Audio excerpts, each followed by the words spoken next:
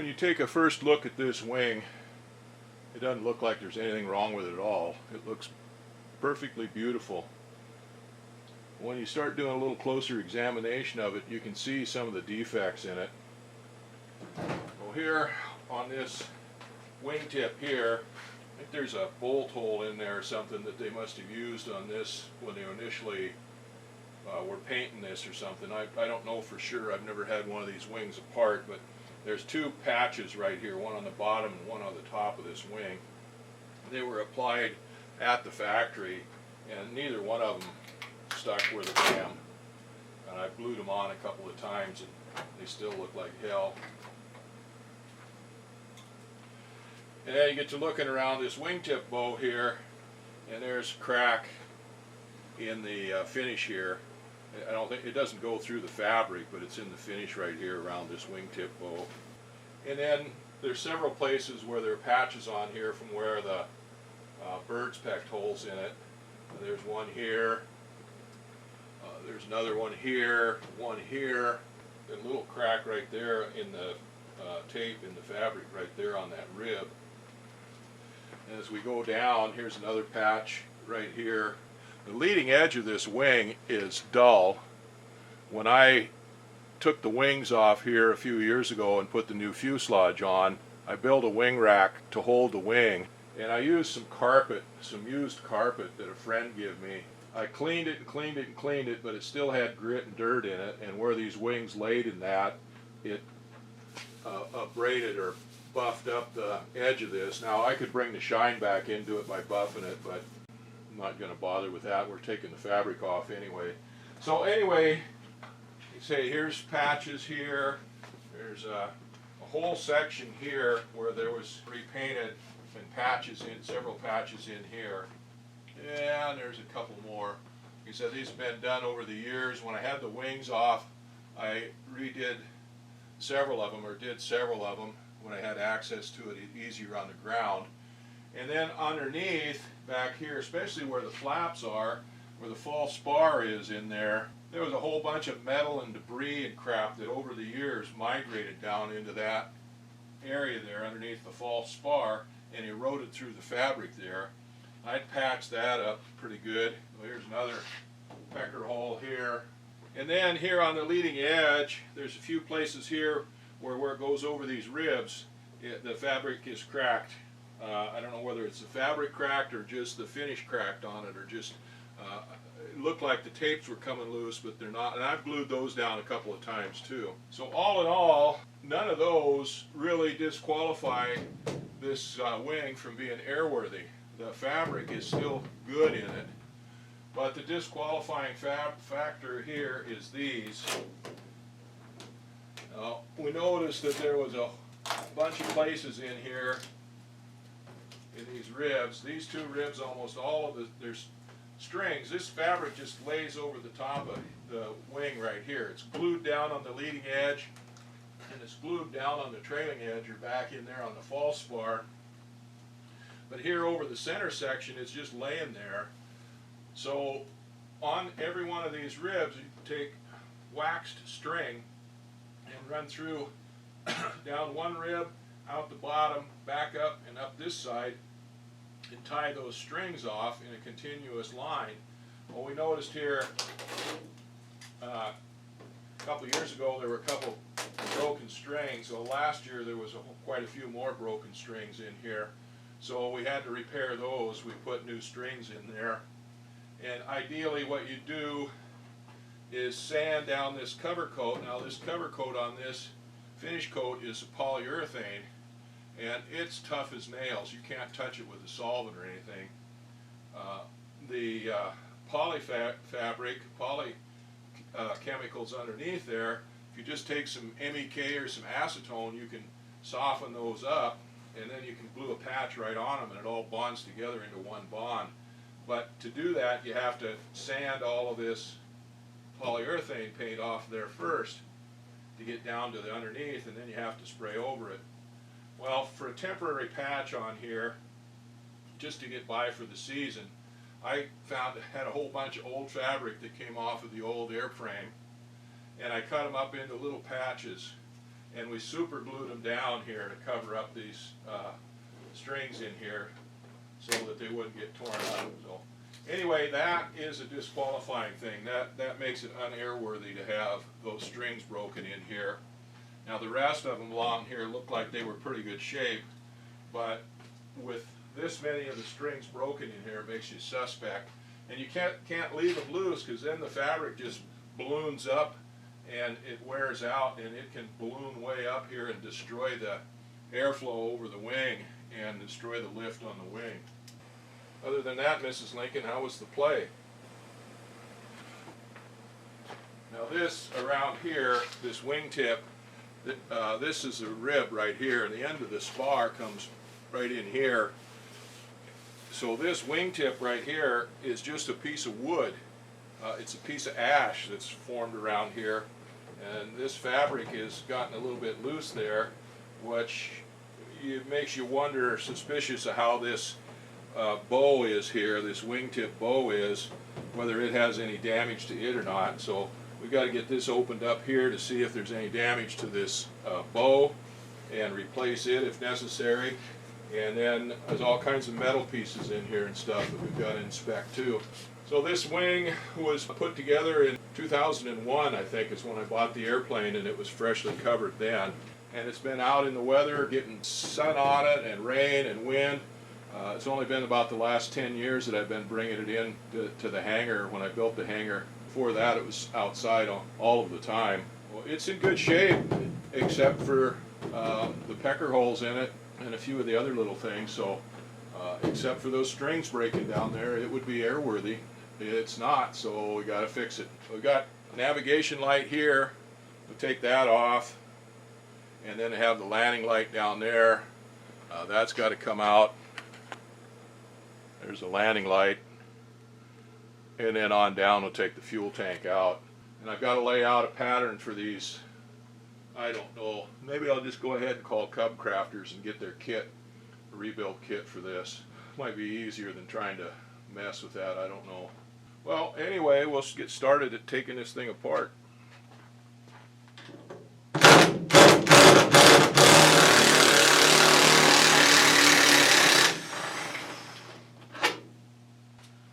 You don't have to be too careful at this, I guess, because it's all going to get ripped apart. So, well, I want to save this, of course, the nav light. I don't want to have to buy a new one of those. On it, sealed on there with silicone, which is good. Keep it dry inside from the rain and stuff like that, but makes it a pain in the ass to get off. There we go. Oh, I see. There we go. There's a nutsert in there that was sticking up through that hole.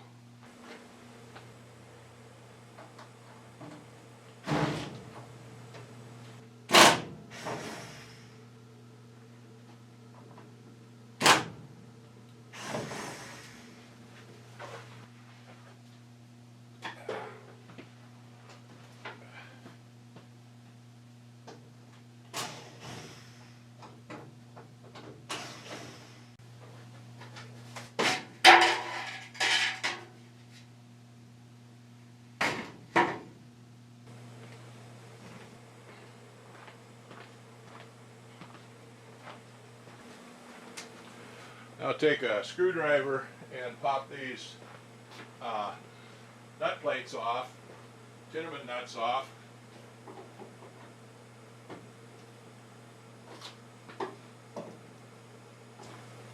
I got a fitting on that fuel tank that I'm going to take loose for the auxiliary fuel. The fuel tank can come out. That uses a 3/8 inch driver to hold the straps down.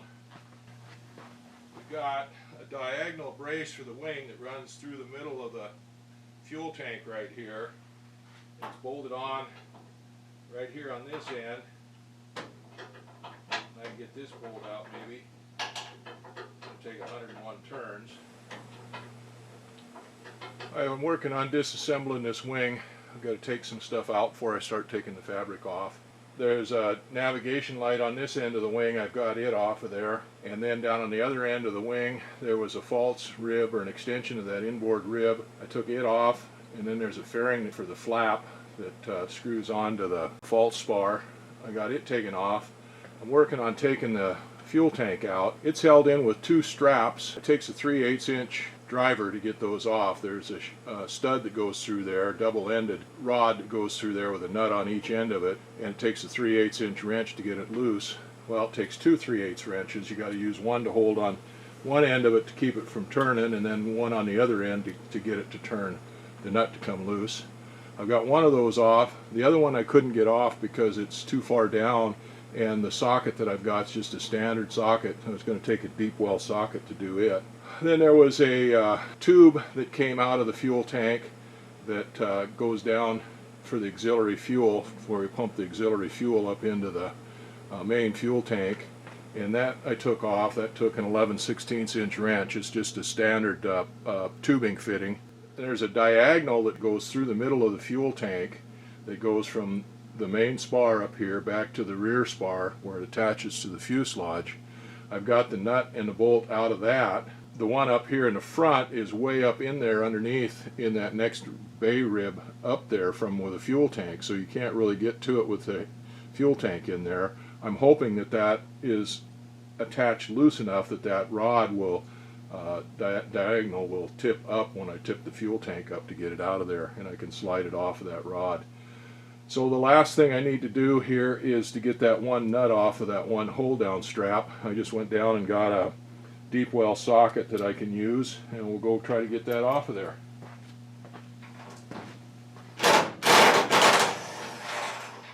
Hey, that made it a heck of a lot easier.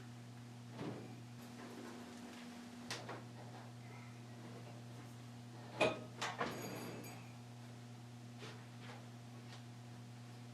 may have to take those nipples off for the fuel outlets. So this one has a screen on it.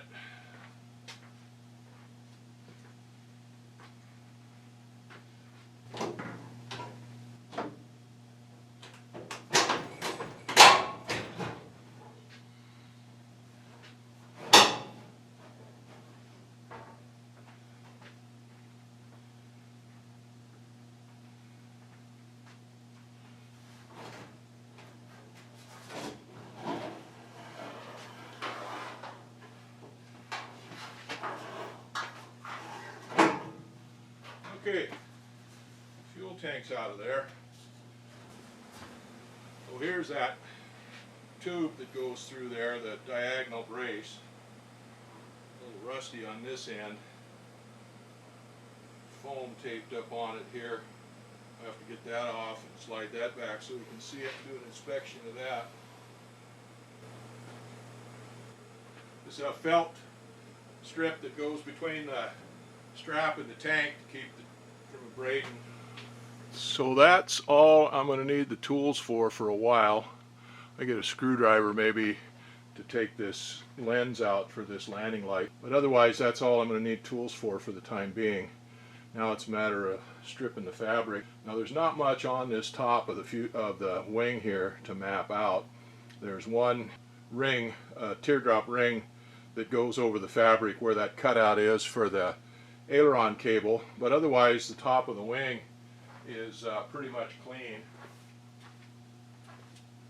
Well, we got to flip this over to do the bottom of the wing and map out where all of there's inspection covers, handhold covers that go up in there, and then there's rings like this one that go around different fittings underneath there, like the aileron cable where it comes out and where the struts attach and things like that. There's a whole bunch of different, and these are generally plastic rings that go in here. So we got to map those out on the other side. And when I had those wings off of there before, I was worried about some of the metal fittings on there. There's the wing spars, of course, are aluminum, but then there are steel fittings that attach to that There's fittings there that the wing struts attach to, and then there's fittings on the back, hinges for the ailerons and for the flaps. So when I had those off before and looked at them, I was worried that those were rusting pretty badly. When I got to inspecting them, I determined that it wasn't the metal in there that was flaking, it was the paint. That when they put this wing together and painted it, they didn't take the old paint off and clean those metal fittings and stuff up. They just painted over the top of it, and there were several layers of paint on it, and it was starting to flake off. So I've got to take those parts off and inspect those, sandblast them probably, and paint them, and get those cleaned up. And hopefully I don't need to buy any of those. I can just replace them. But we'll find out here once we get the fabric off of the wing.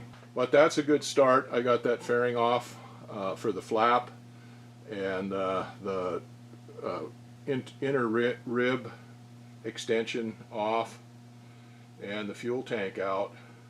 So and this nav light off. That's a pretty good start there. Well, I've rolled the wing over, and there's quite a bit of difference between the add-ons on the bottom of the wing and what's on the top of the wing. We've got an inspection cover ring put right in here in this bay, and another one here that have never been opened up.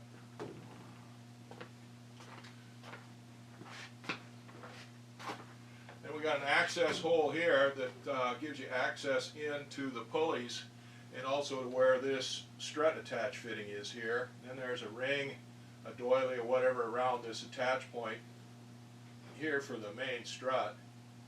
And of course, the landing light. Here's another inspection ring here. Go ahead and take that out. Then, well, there's a flying wire, tension wire goes across right here, and it's also where this attachment bolts on right here. Well, anyway, there's that one. Like I said, that one gives you access. And then there's a torque rod, a tension rod that goes across from front spar to the back spar there. Another inspection ring right here. Again, this is another, well, this is where some of the broken strings were in here, but this is another diagonal wire that goes across there. We've also got the hook up here for the pitot tube. Right there, it gives you access to that. And then there's another one up here, probably for access to another one of these line wires, tension wires. Another one here, again, more tension wires. Another one here that hasn't been taken out. There's a bell crank in here for the flap, and that gives access to the spring for the flap return spring. So then this one was cut out partially. That's just for the quick drain for the fuel tank. Another inspection cover here. There's that long tube, the torque tube that goes through there, and then the diagonal wire goes through here. This is the attach point for the jury strut. There's another one that's never been opened up. There's probably another diagonal wire. And that's it. Here's one of the cracks in the fabric that I repaired here. And then these are the patches, of course, for the